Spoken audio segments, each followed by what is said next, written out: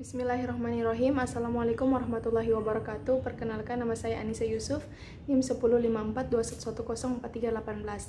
Baiklah, pada kesempatan ini saya akan menjelaskan tentang siklus menstruasi, di mana siklus menstruasi ini terbagi menjadi 3 fase. Yang pertama fase folikel, fase ovulasi, dan fase luteal.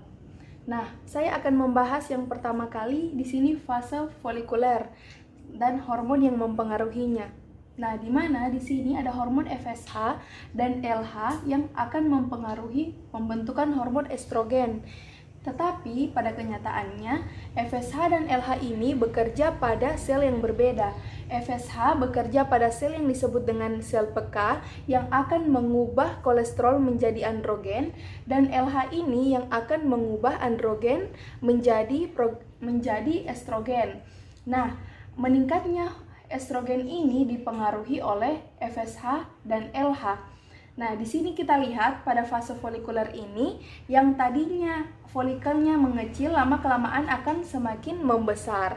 Nah, di dalam folikel ini juga terdapat celah putih yang disebut dengan antrum yang mengandung banyak sekali estrogen. Nah, seperti kita ketahui, estrogen ini selain dia bekerja pada uterus, estrogen juga bekerja untuk memberikan negatif feedback ke hipofisis anterior dan hipotalamus. Nah, jika ke hipotalamus berarti yang akan dihambat produksi dari GnRH yang akan menyebabkan FSH dan LH ini menurun. Tetapi kenyataannya pada di sini hanya FSH yang menurun, LH tidak. Nah, kenapa LH ini tidak menurun? Kenapa LH ini masih meninggi? Karena ternyata untuk menghambat LH bukan hanya estrogen saja yang dibutuhkan, tetapi dibutuhkan progesteron. Tapi di sini kita lihat pada fase folikuler ini progesteron masih sangat sedikit diproduksi. Nah, sehingga estrogen ini memiliki efek primer untuk menghambat FSH. Kenapa FSH yang dihambat? Karena pada penurunan dari sekresi FSH ini dapat mengakibatkan atresia pada semua folikel yang berkembang, kecuali satu folikel yang akan mengalami ovulasi. Nah, selanjutnya pada fase ovulasi.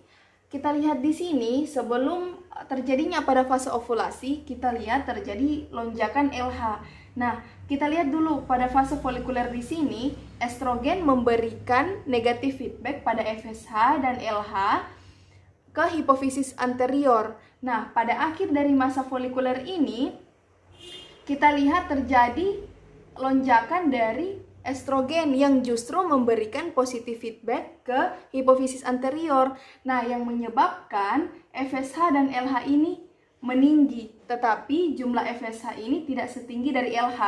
Nah, LH tinggi ini disebut dengan LH surge. Nah, jika terjadi LH surge ini atau LH yang sangat meninggi, maka akan terjadi diferensiasi dari sel folikuler ke sel luteal. Nah, selanjutnya pada fase luteal. Setelah mengalami ovulasi, sel penghasil estrogen tadi akan mati, yang mengakibatkan estrogen di sini akan menurun pada fase ovulasi ke korpus luteum, akan menurun. Nah, tetapi folikel yang mati tadi akan berubah menjadi korpus luteum yang akan menghasilkan estrogen dan progesteron, sehingga kita bisa lihat di sini estrogen dari menurun jumlah produksinya akan meningkat kembali, dan progesteron akan semakin memuncak dan menjadi sangat tinggi. Nah, karena progesteron di sini sangat tinggi, maka progesteron ini dapat menghambat FSH dan LH. Maka kita lihat di sini ada penurunan dari hormon FSH dan LH. Jika progesteron ini tidak menghambat LH dan FSH, maka akan mengalami fase folikuler kembali.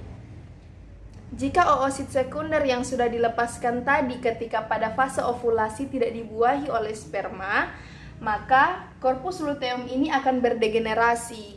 Berdegenerasinya korpus luteum ini akan mengakibatkan estrogen dan progesteron ini akan menurun, dan Itu berarti sudah tidak ada lagi yang dapat menghambat hormon FSH dan LH. Jadi estrogen dan progesteronnya menurun dan LH dan FSH-nya sudah meningkat kembali dan kembali ke fase folikuler. Nah, dengan berdegenerasinya korpus luteum ini, maka akan menyebabkan peluruhan pada dinding rahim. Setelah meluruh, maka akan mengalami sintesis kembali yang disebut dengan fase proliferasi. Pada fase proliferasi ini dipengaruhi oleh jumlah estrogen yang meningkat pada fase folikuler. Nah, makanya progesteron ini hanya akan bekerja jika estrogen sudah menyiapkan dinding endometrium. Makanya progesteron meningkat pada fase sekretorik. Sekian penjelasan dari saya.